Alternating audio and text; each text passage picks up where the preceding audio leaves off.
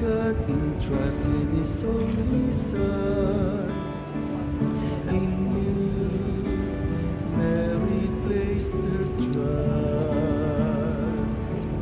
With you, Christ became man. Isang mapagpalang araw po sa inyong lahat. Ngayon po ay July 30, 2026, Huwebes ng ika-17 linggo sa karaniwang panahon.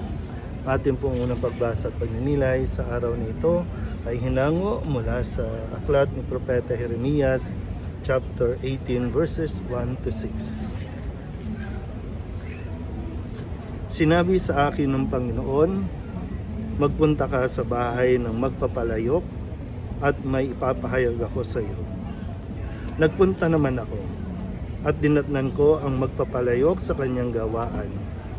Nakita kong kapag ang ginagawa niyang sisidlan ay nasira, minamasa niya uli ang luwad at tinuhugisan ng panibago.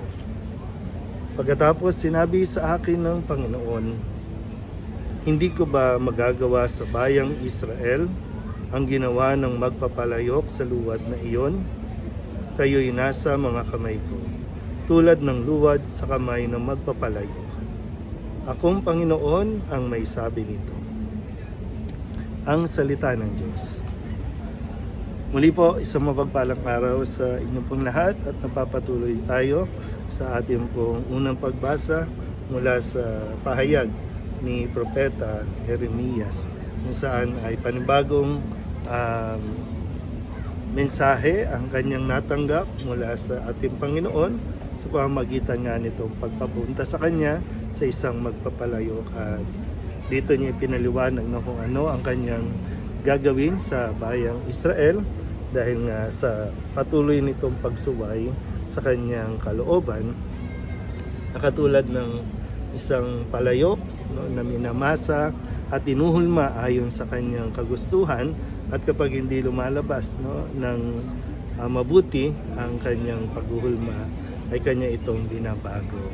At ito yung nais na ipahatid ng Panginoon. Ito yung gagawin niya at ito yung ginagawa niyang pagbubuo o pagpapanibago sa bayan ng Israel. Ang nawa sa atin din, no? Minsan may nararanasan tayong mga napakasakit na karanasan na maaring ituring natin na ito ay isang paraan ng Diyos ng pagtutuwid, pagbabago sa ating mga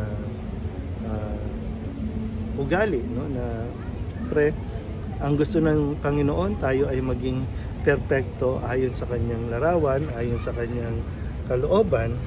Kung hindi man nangyayari, siyempre siya pa rin ang may hawak, no, ng ating buhay. Siya ang may hawak ng ating pong buhay, no, sa araw-araw. Kaya sikapin natin, no, na ibigay sa Diyos ang buong tiwala, no?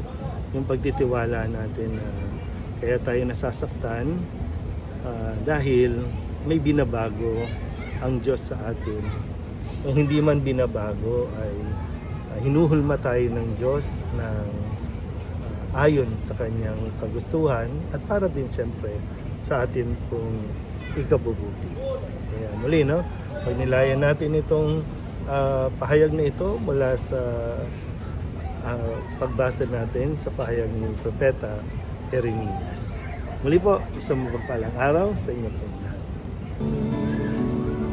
Show yourself